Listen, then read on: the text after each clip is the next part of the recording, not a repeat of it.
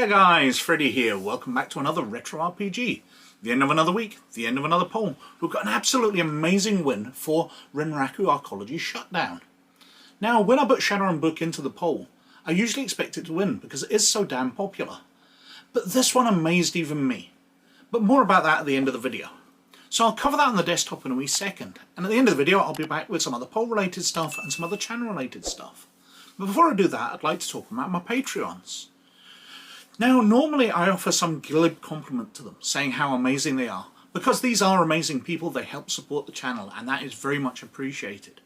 But this week it was hammered home even more how important they are. Because this week, the channel has become under attack. You see, normally in a day, I tend to get about 500 to 1,000 views across all the videos.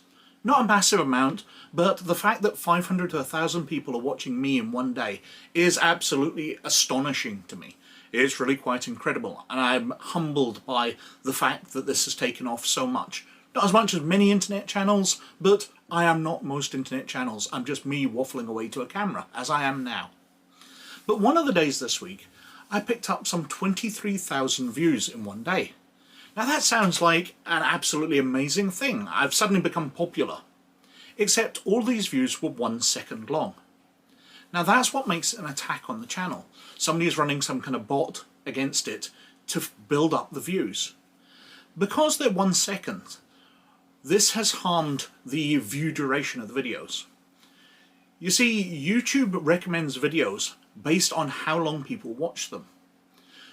So the longer people watch videos, they think that that's a popular video, people are willing to sit there throughout it, so they will recommend it to other people. If people are clicking off a video very quickly, they decide that people don't like that video, so it shouldn't be recommended. Now, across the channel, I used to have a 4.5 minute view duration on my videos, which is pretty good because I've got some shorter videos, I've got some longer ones. But on average, it works out all right and was leading to YouTube recommending my videos somewhat. But with all these 1 second videos or views, that's dragged the view duration down to just over 1 minute. So it thinks that people watch the start of the videos, they don't really like it, and they click away. So YouTube's not going to be recommending the videos, which is what makes the Patreon so important. That they are reliable, whereas my views now are going to drop drastically. Obviously, a lot of the subscribers will keep watching, and I'm glad to have yous. Yous are the people I interact with in the comments, and I love every one of yous. It's very much appreciated. But the Patreons are helping support it now that advertising is basically going to drop to zero. So, if you'd like to join them and you'd like to help the channel out, the Patreon's in the description down below. You can get access to these videos a week early, you can get access to some of the other silly things I've put together, but you'll be helping the channel out and it'll be very much appreciated. But anyway, let's have a look at Renraku Arcology Shutdown. So, this is Renraku Arcology Shutdown, which came out for Shadowrun by FASA in 1998. So this places it at the very start of Shadowrun 3rd edition. And in many ways it is kind of changing from 2nd to 3rd edition, because it starts to introduce things like the otaku, people who are more free to interface with computer networks through a kind of magic than just your simple deckers who plug their brains into it. Now, this is another book much like Bug City, where there is a massive event which changes the world. And in this, it's the Renraku Arcology, a giant glass corporate pyramid in the middle of Seattle, run by the Renraku Corporation, houses tens of thousands of people, has shopping arcades in it, has factories, has offices, has living quarters, has restaurants, has everything. It's a city within the city. And within it, the computer systems get infected or get taken over by an artificial intelligence. And this is a turning point for Shadowrun, because artificial intelligence up to this point had been rumoured, they'd been mythical, they'd been mentioned in some of the novels, but it wasn't a real thing to Shadowrunners. And in this occasion, it's taken over this massive arcology, it's trapped tens of thousands of people within it. It is controlling the security drones, it's manufacturing drones of its own, it's making people into part of its cult by making them plug into the Matrix and interface with it. It's become this huge threat, especially if, as an artificial intelligence, it manages to get out and infect more things or take over more technology. So the arcology is locked down. But of course, there's all this fantastic technology in there. There's scientists. The other corporations want to raid it. While there's this chaos going on, far better to get access to scientists for yourself than allow them to be carved up by an AI for pieces. It's a massive event. And looking through what people thought of this book at the time, lots of them thought this was very dark for Shadowrun. You know, lots of Shadowrun stuff involves magic and blood magic and stuff like that. But they thought this one, where people are getting slaughtered in their thousands in their homes, that they're getting cut up for parts, that are being incorporated into this AI's cult, was very bloodthirsty. But Bug City itself has people getting impregnated by insects which burst out or steal their bodies, which seems equally dark. There doesn't seem to be anything massively different in tone about Renraku Arcology Shutdown to other books. But I've been waffling on for 3 minutes already, and I haven't even looked at the back cover, so let's have a look. You wanted in, now you can't get out. Something mysterious and terrible has shut down the Renraku Arcology. The doors are sealed, the Matrix is offline, and 100,000 inhabitants are trapped inside. The UCAS Army seals off the site, and not even Renraku really know what's going on. Renraku Arcology Shutdown tells who's behind it and what horrible events are occurring inside. This Shadowrun adventure offers a dark and gritty technological setting, complete with new drones, mysterious enemies, and new rules for otaku. It provides everything gamemasters need to involve their players in the arcology nightmare, whether extracting trapped relatives, liberating abandoned research, or just getting out alive. Intended for gamemasters and players of all experience levels for use with Shadowrun. Now, it says it's an adventure, but there's not really a single adventure in here. It's a setting. I don't know why they've called it an adventure when they didn't do that with the Denver book. They didn't do that with, well, the Denver box set, in fact. They didn't do it with Bug City. This is definitely a setting. It's changing the world. It's bringing AIs into the forefront. And it's giving you a big change within Seattle, the core place where most Shadowrun games happen. You know, this arcology is now completely different to what it was. Inside, well, it's 1998, so desktop publishing is getting very nice indeed, and the artwork from FASA has always been absolutely lovely. Lots of wonderful art in here, you know, deformed people with cybernetics and machinery implanted in their bodies. We've got the Shadowrun version 3, you know, talking about rigger books, cyber pirates, target smuggler havens, what books are available, and new things which are coming around. You know, Novatech under Richard Villiers is forming, giving you hints on what books will be coming out soon and what changes will be happening to the Shadowrun world. We've got Welcome to the Shutdown and a prologue, Dance with the Devil. We've got Greetings, where we start to give more information. Pride goeth before the fall. Message from the president of Renraku about this wonderful technological achievement they've made, this huge pyramid. You know, landing pads on the top, countless floors, entrances, absolute glittering symbol across the city. From miles away, people can see the Renraku pyramid. Continuing through, talking about the pyramid itself, you know, shoppers gunned down in mall massacre, how that was a bad piece of publicity. Commercial industrial zones, support zones, talking you through how it's laid out. The matrix within it, transportation within, because it's so massive. A few words about security. The construction of it. Construction began at the arcology in 2040 and be completed in October 2059. Subversion. So we've got details as we're coming up to sort of Christmas period 2059, what's going on. So journal of what's happening.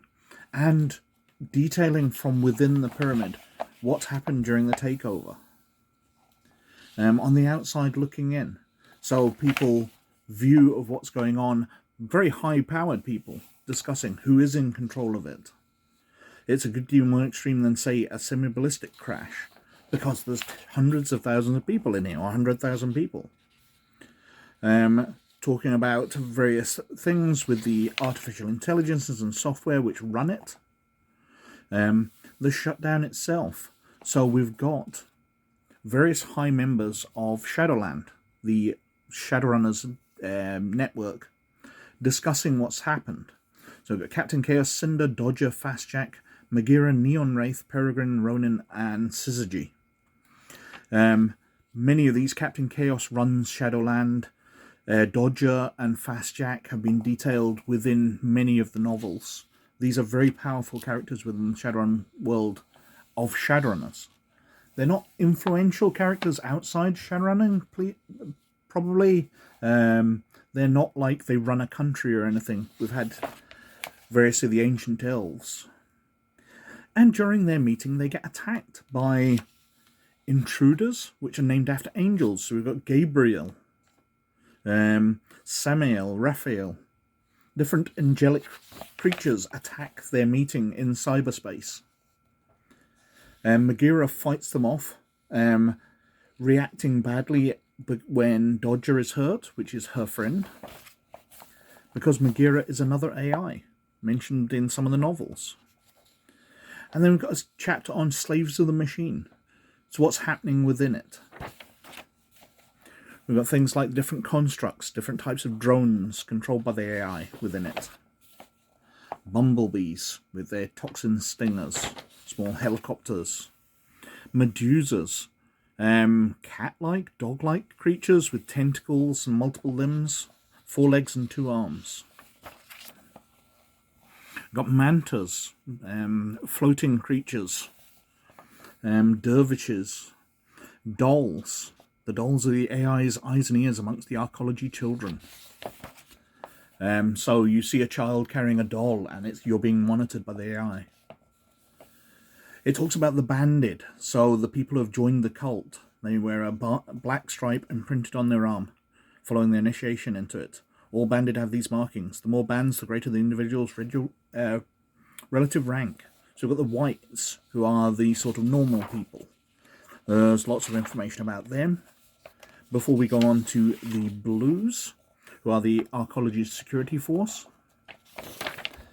And then we've got the greens, which are the bureaucrats, the technicians, the important people within the banded. That same picture but as before. Talk about the sire. So this is the control system, which has been subverted by the AI. The entire arcology was under control of this amazingly advanced computer system. You know, it locks the doors, it monitors the cameras, everything. But now an AI has taken roost amongst the center of this software system and controls everything. Residences, mazes, just all the different areas of it. Classrooms, communications areas. The rats in the walls, talking about the resistance, the people who are resisting against the AI and the AI's control. How they are surviving, how they are fighting off becoming part of this, how they're trying to rescue people. We've got the nightmare. This section comes from one of the pivotal figures in the arcology resistance. So we've got story detailing what day-to-day life is like resisting. And then we've got game information. So, up till now, AIs were a myth in the world of Shadowrun. And we go through what is an AI. Facts at a glance about the arcology. Game mastering the AI. Your themes. Getting in and out. How to sneak past the military and get access to it. What troops are there? The Orc Underground. There's tunnels into the arcology from before it was built. Arcology security used Screamer system to keep track of and punish minor criminal offenders. We've got chemical systems, so different gas it can pump out. Remote control networks, electronic warfare. It's even got magical security, although that's a weak point. Magical security, the arcology's weak point, though, is still formidable. Prior to the takeover, Renraku took a number of extraordinary steps to provide permanent astral security. But of course, magic isn't really interfaceable by a artificial intelligence. We've got the matrix within it. So its own miniature matrix which is obviously cut off from the outside world at the moment. All the levels and how you would run that in a game. See virtual realities too. And the constructs, so different small sub-programs that the AI will set on you. Notes on technology, so all the drones and the software which would control them. Construct tables, drone descriptions in detail. The conditioning process as it takes over people with who become the bandit. Different cyberware which gets installed on them. Going through the different ones. The whites, the blues, and the greens. And then we've got adventure ideas. Now, as I said, this labels itself an adventure on the back cover, but it really isn't. We've got ideas for what you will use this setting for. So, coin toss, live and direct, scavenger hunt, and then we've got errata and clarifications for the otaku. And then we've got a floor index. Because this is such a large building, we go through it floor by floor, going from the basement levels at sub-level 21, right up to the top, floor 230, which is luxury housing. Now, it's a fabulous book, a really big change to the Shadowrun world, and kind of like a horror setting, where your Shadowrunners, instead of just breaking into a corporate headquarters, are being sent into this charnel house, where people have been slaughtered in their own homes, where people are being subverted against their will to become an army for an artificial intelligence, where technology is turned against them and they'll be hacked, where there's drones moving around tearing people apart, and just so much going on. It's very different in tone. It is kind of horrific, but as I said earlier, it's not overly horrific. Not much more than Bug City is horrific by having giant insects tear the way out of people's stomachs and all that. A fabulous book. I would rate it up there. Bug City I absolutely adore. This is second only to that amongst the Shadowrun books, because it does provide such an interesting variety of play to your standard Shadowrun Guns for Hire campaign. So that was Renraku Arcology Shutdown, and that won the poll this week with an absolutely astounding 47% of the vote. Way larger than most winners. That doesn't leave much for everything else, so in second place we've got Rift's Book 12, Skyscape on 17%. We've got Corrupting Influence for Warhammer Fantasy Roleplay on 15%. We've got Denizens of Earthdawn Volume 2 on 12%. And behind everything else is Terra Counter Terra for Millennium's End on only 9%. Which is sad because I love me some Millennium's End. I think I might just do a series and cover all my Millennium's End books, because they're never going to win a poll. But as usual, they're all cleared out of the poll. And we're going back to a Retro Adventures poll.